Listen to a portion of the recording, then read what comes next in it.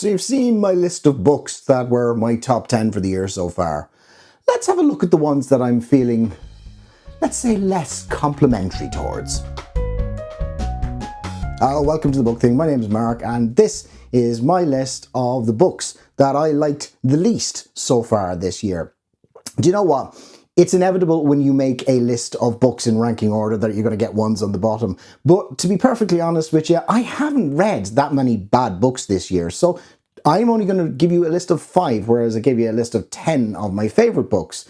And even with those 5, you could arguably say that there isn't any bad books in there. It's just books that didn't really appeal to me. And I have to say, I wouldn't even say there's any books in there that I particularly hate. Okay, that's a lie. There's one book I really hate. So going in, I don't know, what is this? Ascending order or descending order? I'm starting at 5 and going down to number 1. But at number 5, we've got The Adventures of Huckleberry Finn by Mark Twain. And this is a book that I read as part of the I'm With the Band book club, and also to prepare me for reading James by Percival Everett, which is actually my favourite book of the year so far. Spoilers for my last video. So this is the story of the young boy Huckleberry Finn. It's kind of the spin-off from The Adventures of Tom Sawyer. Huck is this vagrant boy with an abusive father who decides to run away, fakes his own death, runs away, and travels down the Mississippi River. On the way, he meets Jim, who is a man who's running away from slavery, and the pair of them go on these adventures together. There is an awful lot to admire in The Adventures of Huckleberry Finn. I mean, it's pretty clear that Twain was doing his best to highlight basically the inherent wrongness of slavery in what was essentially a kid's book, a book about, a boy going on a little adventure. You can point to things today like the overuse of the N-word, which, yeah, it's uncomfortable to read, but that was the language used at the time, and you can't really look at old books through a modern lens. But there are still narrative problems in the book. There are sections such as the section with the King and the Duke, which go on way too long, and the last quarter of the book, when Tom Sawyer shows up, drops off a cliff. It is impossibly turgid, and I kind of hated that section. If it wasn't for that section, it probably would have ended up a bit higher on my list of books for the year, but it was fine. Yeah, it's seen as a great work of American literature. It's just fine. In number 4, we have got Wind and Truth by Brandon Sanderson, the final part in this cycle of his stories from the Stormlight archive. And this is a case of I'm not mad, I'm disappointed.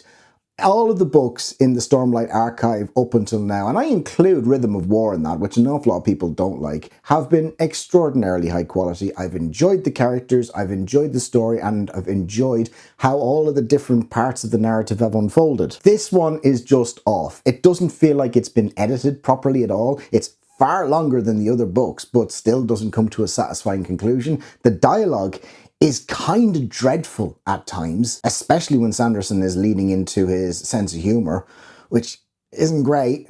And unfortunately, a lot of the characters, like Shalon and Kaladin and Dalinar, they've kind of completed their character arcs, and it felt like just trying to create new character arcs for the sake of it.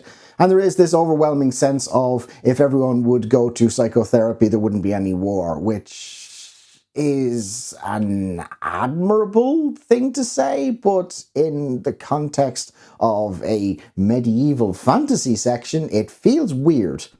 In the number 3 spot is No Shame by Tom Allen. I read this as part of my workbook club, and this is the memoir of the comedian Tom Allen, and this is his experiences growing up gay in middle-class England in the 90s. So this is just a prime example of a book that was just not for me. For a start, I'm not a big reader of biographies and autobiographies and memoirs and that sort of thing. On the occasions when I do read them, it has to be someone who I'm really, really interested in their story, not someone I'm kind of vaguely aware of. And then the big one for me was I discovered through this book that I do not like biographies of people who are younger than me. When they're talking about days of their childhood that sounded like 20 minutes ago to me, that just makes me feel old. Bugger off, I don't want to hear it. Tom Allen's a witty guy, and he tells this story well, but this would be like if someone gave me the manual for a 1986 Ford Cortina. I mean, like, I'm sure it's doing the job that whoever this book is designed for wants it to do, but what am I doing with it?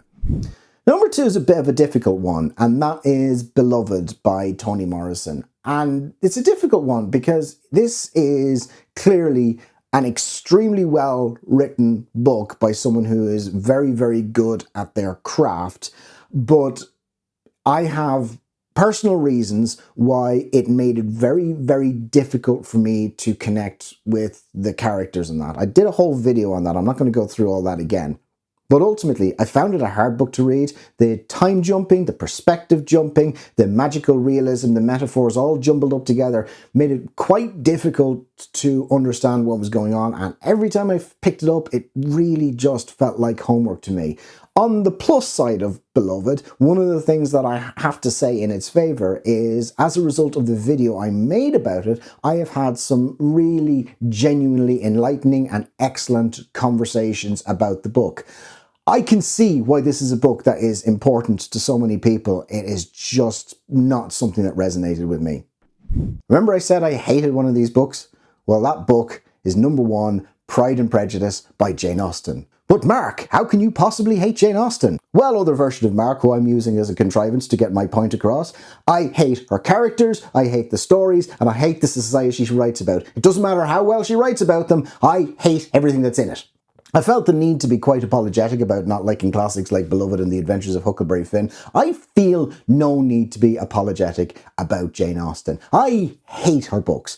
Everything about them just drives me up the wall. I can see that she is a talented writer. I can see that she creates excellent characters, and I can see that she puts together witty dialogue. Ha ha ha. But the characters she creates and the society that she puts on a pedestal, it makes me want to choke someone. Aaron from Aaron Read a Book, or Aaron Read a Book, who's a fan of Jane Austen, when he was commenting on my video of my review of Pride and Prejudice, he said there was a Goodreads review that said this is just a book about rich people going to each other's houses, and yeah, it's absolutely true. But in a lot of ways, I'm really quite glad I've read it, because I've had this feeling for a number of years that I've been unfair to Jane Austen based on the fact that I read Emma in school, really disliked it, and have unfairly maligned her since. But no, having finally read Pride and Prejudice, I can safely say that even all these years later, I still hate Jane Austen, and I won't be reading anymore. So I'm probably not making any friends with this list, but if you like any of these books and feel that I'm being unfair to them, I'd love to hear about it in the comments. Also, could you tell me what the worst book you've read so far this year is? Anyway, thanks a million for watching this. I really appreciate you taking the time to do that, and take care.